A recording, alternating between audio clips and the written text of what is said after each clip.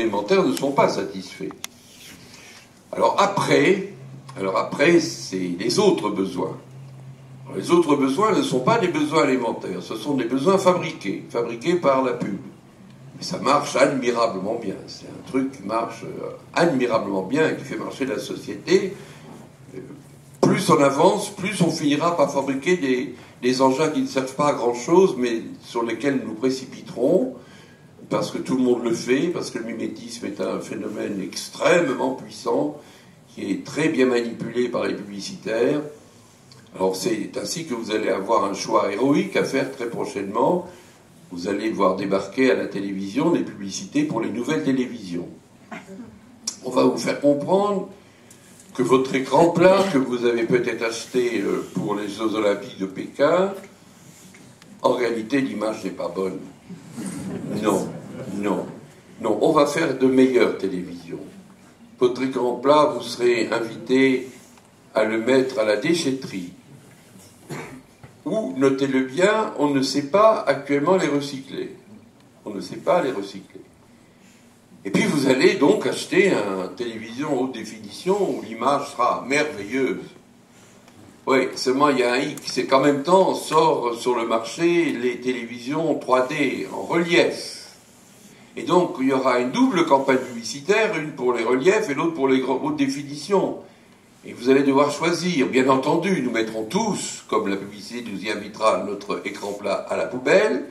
Et puis nous allons... qu'est-ce qu'on fait? On en prend celui-ci, celui-là.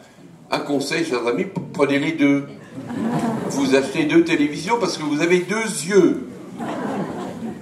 Et je pense que le bon Dieu, quand il a été le créateur, n'est-ce pas, voyant déjà l'avenir de l'humanité, s'est dit qu'en 2012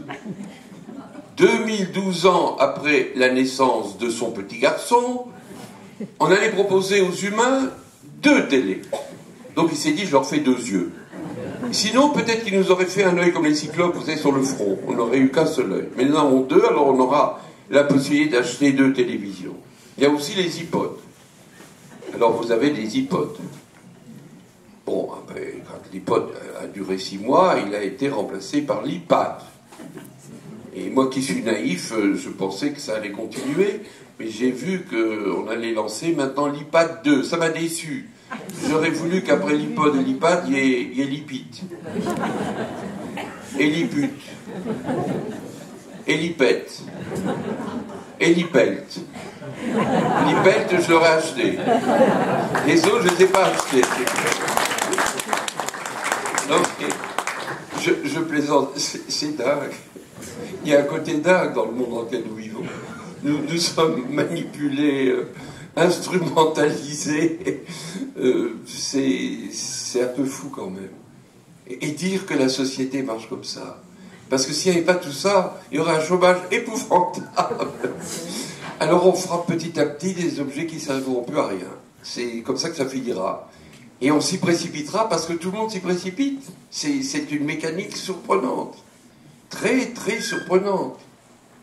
Alors que votre humble serviteur qui vous parle en ce moment a mis quand même 8 jours à faire venir de mon éditeur Fayard jusqu'à chez moi à la maison un bouquin dont j'avais le plus urgemment besoin.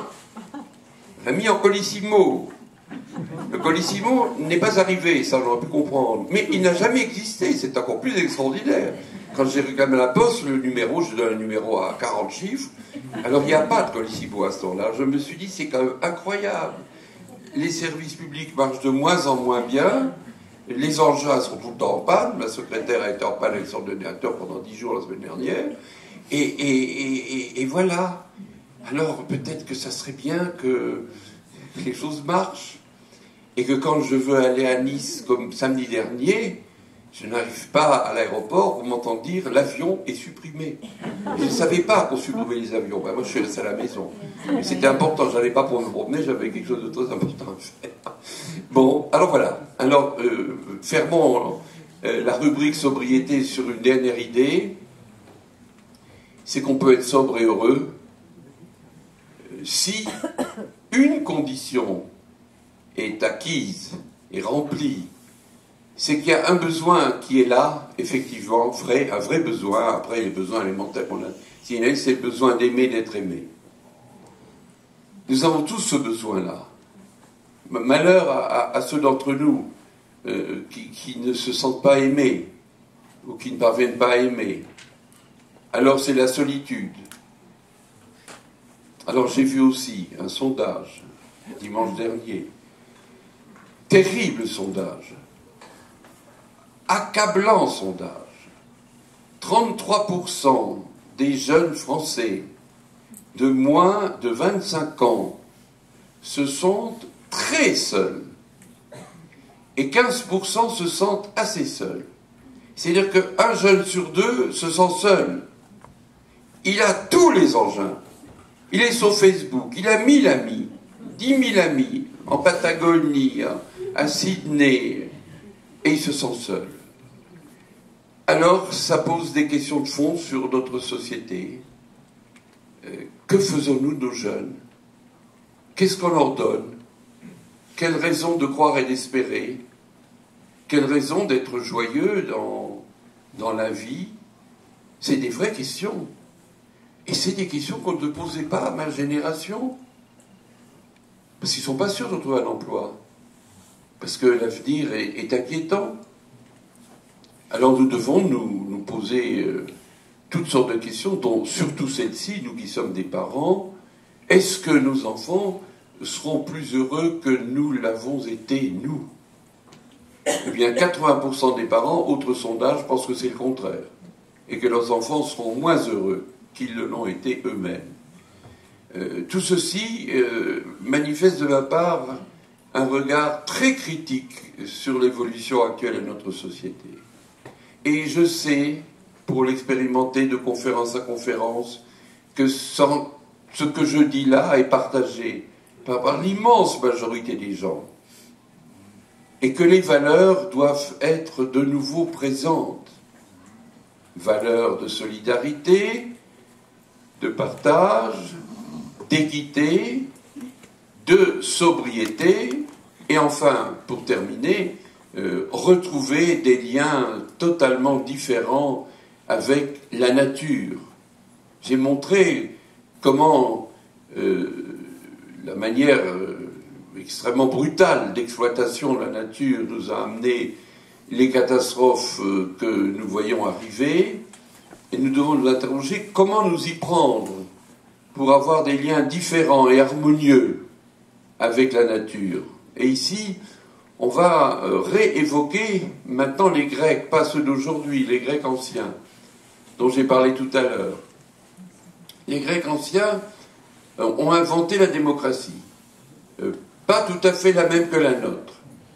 Les femmes ne votaient pas, il n'y avait que les hommes d'une certaine élite qui votaient. C'était ce qu'on a appelé, en droit public, le suffrage censitaire. Mais il disait, pour que la démocratie fonctionne, il faut que tout le monde applique la règle d'or. Et la règle d'or, c'était « ne fais pas aux autres ce que tu ne veux pas qu'ils te fassent à toi ». Ça, c'est la règle d'or, pour les Grecs. Et il disait, si chacun applique cette règle d'or, nous arriverons ensemble à trouver des solutions à tous nos problèmes. Parce que nous serons capables d'aller vers des consensus. Ce que les Grecs ignoraient complètement, parce que les sociétés étaient fragmentées, il n'y avait pas les moyens de communication modernes, c'était que cette règle d'or est présente au mot à mot dans les textes sacrés de toutes les religions du monde, sans aucune exception. Sans aucune exception au mot à mot. Dans le christianisme, elle est à l'endroit, quand Jésus dit « ce que vous voulez que les autres fassent pour vous, faites-le vous-même pour eux ». C'est toujours la règle d'or. J'aime beaucoup cette règle d'or. Je l'aime tellement que je la propose aux jeunes des collèges et des lycées que je rencontre souvent, parce que je privilégie ces rencontres dans la mesure où nos sociétés sont ainsi faites que les générations sont très coupées les unes des autres, et que lorsqu'on veut parler aux jeunes, il faut les rencontrer où ils sont, dans les facs, dans les lycées et dans les collèges. Et quand je leur propose la règle d'or, j'ai ce souci de leur proposer une valeur majeure qui a été considérée par toutes les grandes traditions de sagesse et de spiritualité de la planète comme étant le code du bien vivre ensemble, du vivre en paix ensemble. Et comme je voyais dans la presse qu'on est en train de repenser l'enseignement de l'instruction civique et de la morale à l'école primaire, et je me suis appuyé la semaine dernière une lettre à M. Luc Châtel pour lui donner la règle d'or dans toutes les religions telles qu'elles figurent au mot à mot, en lui disant ça serait bien qu'on permette aux jeunes de s'approprier de ce qui a été considéré depuis la nuit des temps comme le code de la vie sociale paisible. Alors cette belle règle d'or évoque les autres. Et les autres, ça pourrait aussi être les autres non humains, ça peut être aussi le monde vivant, végétaux, surtout les animaux. Les animaux, ce sont des autres aussi. Et peut-être qu'il ne faut pas les traiter n'importe comment. Notre sensibilité à l'égard du monde animal, qui est la nature, s'est beaucoup affinée au cours des dernières décennies. Vous avez vu qu'il y a eu beaucoup de réactions à la prise de position de Frédéric Mitterrand qui a classé les corridas au patrimoine immatériel de l'humanité. Il n'y en aurait pas eu il y a 30 ans des réactions de ce genre. Vous avez vu, ou vous savez peut-être que l'Union européenne prépare un texte pour que les élevages industriels soient moins cruels pour les bêtes, que les poussins et les poulets ne sont plus serrés comme ça dans des caisses, qu'il y ait de la place. Le bien-être des animaux de ferme, ça s'appelle. Eh bien ça manifeste de notre part une sensibilité plus grande à la nature et plus conviviale. Et donc la règle d'or, c'est une convivialité généralisée, pas seulement entre les humains, mais aussi avec l'ensemble des vivants. Il y avait un Américain, il a vécu il y a 200 ans, il s'appelait Ian Macmillan, il était naturaliste, il était écologiste avant la lettre, le mot écologie n'existait pas à l'époque, et il était très effrayé de la brutalité avec laquelle les pionniers américains fonçaient vers l'ouest. Ils fonçaient vers la Californie, vers le Pacifique, ils allongeaient la voie ferrée, ils allaient à la frontière, comme on disait à l'époque, et ils étaient d'une brutalité extraordinaire. Ils tiraient sur tout ce qui bouge, ils tiraient sur les bisons pour le plaisir de faire des cartons. Et ils en alignaient des centaines d'un seul coup. Ils étaient très fiers d'eux quand ils pouvaient se faire photographier avec des centaines de bisons morts qu'ils ne mangeaient pas. C'était pas pour les manger, c'était pour les tuer. Ils tiraient sur les Indiens, évidemment, ça a donné tous les films de Far West, tous les westerns. Ils tiraient aussi sur les gros oiseaux comme les condors, qui ont 3 mètres d'envergure lorsque leurs ailes sont déployées. Et lorsqu'ils font du vol plané, ça faisait des cartons extraordinaires. Alors il a écrit ceci, il a écrit « Il faut sauver les condors ». Et ils ont été sauvés, effectivement. Il faut sauver les condors. C'est pas tellement qu'on a besoin des condors, c'est qu'on a besoin de les sauver. Parce que pour les sauver, il faut déployer des qualités de sensibilité humaine dont nous aurons besoin pour nous sauver nous-mêmes. C'est très beau, c'est très vrai. C'est très vrai, et ce qui avait choqué Macmillan, c'était notre brutalité. Et nous n'avons malheureusement pas beaucoup changé depuis, au cours de ces 200 ans. Nous restons à vivre dans des sociétés très agressives. Nous nous réjouissons de voir des films où la brutalité est présente, et le sang, et les armes à feu, et les agressions verbales. Nous sommes nourris de cela tous les jours, tous les jours. Nos enfants jouent avec des jeux vidéo d'une extrême brutalité, ils apprennent à se tirer dessus, à faire des morts, plein de morts. Nous vivons là-dedans et nous trouvons ça normal. Ça n'est pas normal.